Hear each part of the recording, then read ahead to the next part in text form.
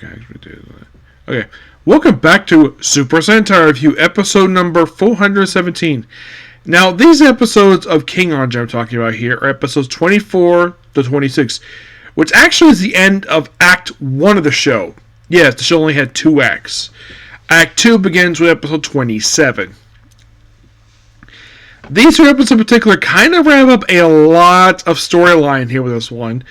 And it does plant seeds for the very next story arc, which the Act 2. So in these episodes, Dag enacts his final plan to destroy the planet. Well, Terra. It's not actually Earth. It's just a planet called Terra. So he basically opens a hole to Earth's core while he has what monsters doing. And causes like a heat waves. They have like this fest. Oh, by the way, before I continue, there's one thing I keep forgetting to mention. In episode 21 opening tile sequence, which is a new one they had here, they had Commander Gates make a cameo. You're like, really?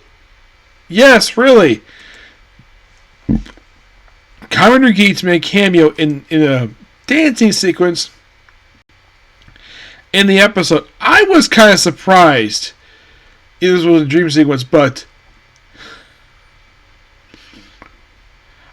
I found that kind of interesting because the show aired alongside of Geese, which I've heard is a very popular Kamen Rider series. Oh yeah, I heard this one's very, very popular. Oh my gosh. Yes, of the Reiwa era Kamen Rider series, this one is very popular. Yeah. Kind of good thing, basically, that this one aired alongside a very popular Sentai series, that being King-Ohger. So everybody basically chimes in. They all wear Komodos, because basically the show's set in Japan, so everybody act like they're freaking Japanese, even though the actors are Japanese. So they all try various dishes. We actually have the brother and sister duo, Kiriki and his sister make food like tofu. Rita basically makes snow cones. Their theme is muffin, which I found to be so funny. Karen first basically turns to know what to do, but it's a fun episode that leads into, let's have the villain basically fall to the planet's core. So they need to figure out a way to stop him before he blows the planet up. So they enact the plan to have all of their Zords have pilots. All 20 of them. Yes, 20 Zords. So this all kind of started with Jerome having his first retainer, which basically is going to become king anyways. So, excuse me. Jim, yeah, he basically is named his retainer as part of his new kingdom he's going to establish once he, of course, takes down the current king of the Bug Empire, of course. So, they recruit various people from the land. Tofu, Karafu's sister, and Kuruda, which, of course, basically, he'd have Kuroda as assistant. So, why not? Well, that Goken, it's just Morphina, and that's it. From Isban, they have Sebastian, who is basically the butler, of course. Elegance Moon, the head nurse, even the head maid. For Nairoscope, Nairoscope actually out the most with 4 people, aside from, their king. Yep, Sakura, Akia, Uspa, and Sakura, I believe he's basically just the assistant of Yama Guest. As for the other ones, there are people basically who work with him. I think I may have seen the guy who plays the assistant. No, this was his only assistant he appeared in. He's very young, too. He's about maybe 26. There's Uspa. Because, of course, basically Magai. Uspa. Now, in case you're curious, did you hear anything inside for this one for Sentai? Not that I've seen, anyways. Mayuya. She's the girl of the group. I think she did appear in another series. Let me take a look here. Oh, this is interesting. She was born the same day as episode 22 of Time Ranger. Interesting. Oh, she has a YouTube channel.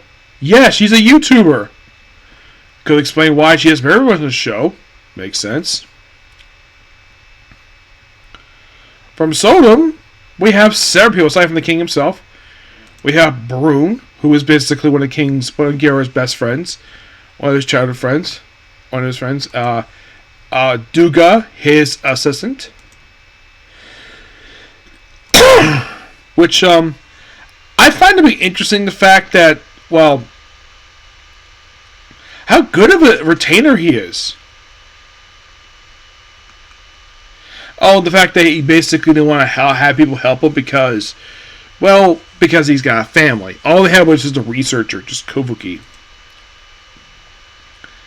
Yeah, who, by the way, made his debut in a mini-series prior to this watch. I still need to watch that one.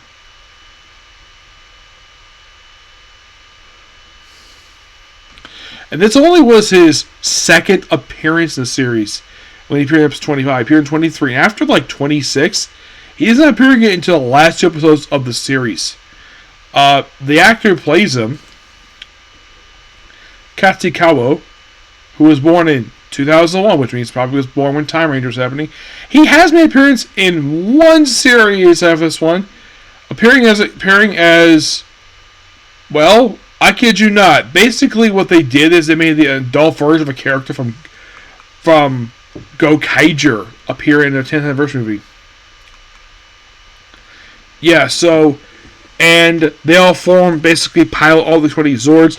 They bring them together. I love the sequence they have, all 20 all the cockpits, and they all basically battle down below the planet, near the planet's core, and they all take turns, and they drag him to the surface, and then he is eviscerated thanks to he basically defeated giant transform. Though somehow he's able to survive. Somehow. Then, of course, basically, Jerome proceeds to say this. Meet me at the filling place tomorrow. You can hold on to this to trust me. Basically, he's handing him his morpher. He's basically asked the King-Ohgers to help him, which they accept. And also, they volunteer not to interfere in their duel they have. Which is a pretty smart idea to do, because this is decided to favor a new country. And, of course, they also have to determine its citizens and territory. Which, of course, thanks to Rita coming with basically Gara and Jerome, able to get her this. Plus, also, they actually reveal something about those little soul things. Where are they getting these things from? Well, it's revealed in episode 26 that where they get these things from is a quite interesting place. So, the Buknak apparently gathered all of the Sun who basically participate in the Fury of the Gods from 15 years prior to the series. I was kind of surprised to see this. Damn. Oh, and it's pointed out, though, Genjamin he ate the stuff, how he's able to survive. Well, apparently he's an illusion. I don't get when it comes to him. He's weird. So, they determine his people. And, of course, they also debut Bish Tarantula, who appears a couple more times after this. He's returning it toward the end of the series. He apparently was King. He was Dodom's he was his personal companion. But because he was dying, he couldn't exactly.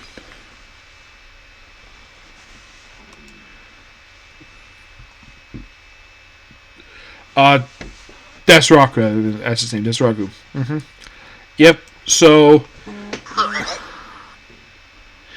then, of course, basically, they have their duel the very next day. Oh, by the way, basically, Tarantula Abyss, he's a tiny spider. Yeah, after this, he's now returning again to toward the end of the second half of the series, which I found that to be interesting. I didn't expect that at all. So, there's this weird moment where apparently,